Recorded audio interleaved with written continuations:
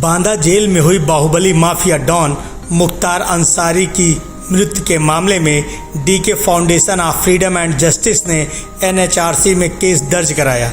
मरने से पहले मुख्तार अंसारी के लिखे पत्र पर संज्ञान लेते हुए DK foundation of freedom and justice ने यह कार्रवाई की है। पत्र में मुख्तार अंसारी ने लिखा था कि जेल प्रशासन मुझे स्लो पॉइजन दे रहा है। 21 मार्च को मुख्तार अंसारी ने जेल से ही एक पत्र बांदा कोर्ट को भेजकर उसमें साफ लिखते हुए कहा कि ऐसा लग रहा है जैसे मेरी मृत्यु हो जाएगी। लेटर के 8 दिन बाद यानी 28 मार्च को मुख्तार अंसारी की मौत हो गई।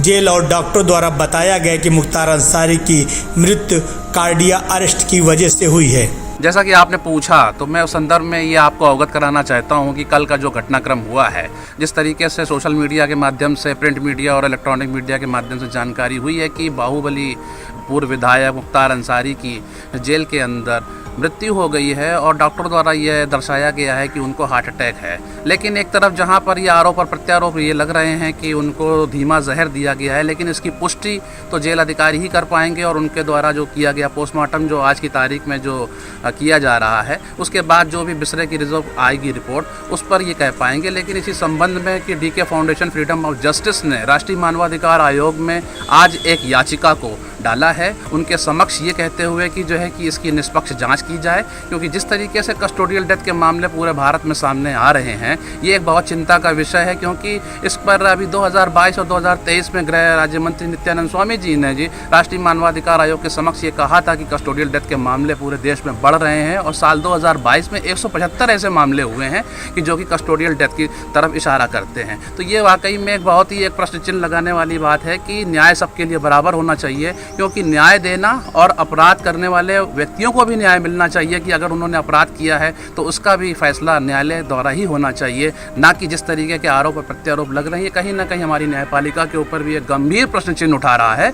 तो इस संबंध में तो अभी फिलहाल यही कहना चाहते हैं एक एडवोकेट होने के नाते कि न्यायालय के ऊपर बहुत अटूट विश्वास है और न्यायपालिका इस देश की एक अभिन्न अंग है। और आज जहां पर लोगों के द्वारा ये आरोप लगाया जा रहा है कि हमको न्याय नहीं मिल रहा है, लेकिन फिर भी लोग न्यायपालिका की तरफ ही एक बहुत बड़ी आस की तरफ देख रहे हैं।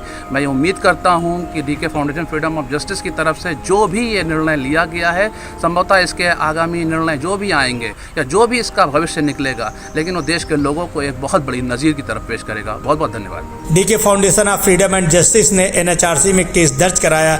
इसके बाद वरिष्ठ अधीक्षक जिला कारागार बांदा के द्वारा भेजे गए पत्र पर संज्ञान लेते हुए मुख्य न्यायिक मजिस्ट्रेट बांदा भगवान दास गुप्ता ने मुख्तार अंसारी की मृत्यु के मामले में न्यायिक जांच करने का आदेश दिया है। जांच अधिकारी श्रीमती गरिमा सिंह अपर मुख्य न्यायिक magistrate MP MLA court Banda को नियुक्त किया गया है। तो वहीं दूसरी तरफ मुख्तार अंसारी के बेटे उमर अंसारी ने अपने पिता के हालात के बारे में मीडिया से साफ तौर पर कहा और कोर्ट पर न्याय करने का भरोसा जताया।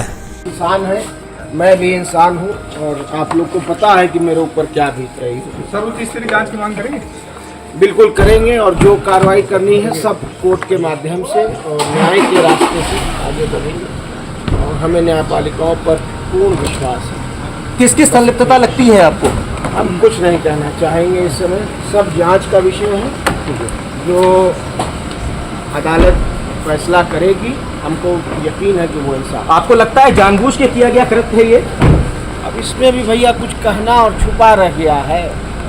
जो व्यक्ति अपनी मुट्ठी ना बंद कर पाता हो, जो व्यक्ति इतना कमज़ोर हो कि उसको खुद ही जेल प्रशासन लेकर आईसीयू आता हो और खुद ही 12 घंटे बाद 14 घंटे बाद उसको फिट बताकर पीठ ठोक कर कि जाइए आप ठीक है, और 14 घंटे बाद जेल की तन्हाई बैरिक में भेज दिया जाता हो।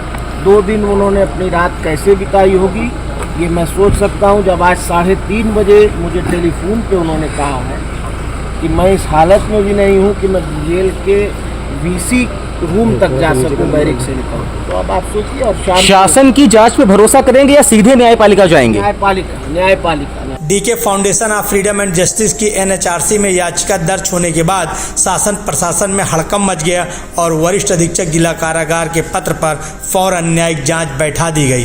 अब सारा मामला कोर्ट की रिपोर्ट आने के बाद ही क्लियर होगा कि मुख्तार अंसारी को स्लो पॉइजन के जरिए मारा गया या उनकी कार्डियक अरेस्ट से मौत हुई है। दिल्ली से न्यूज़ टाइम नेशन के लिए दानिश खान की रिपोर्ट। सब्सक्राइब करें आपका अपना चैनल न्यूज़ टाइम नेशन और हर खबर सबसे पहले पाने के लिए बेल आइकॉन जरूर दबाएं। और हाँ, खबरें पसंद आ जाएं तो लाइक और शेयर करना ना भूलें।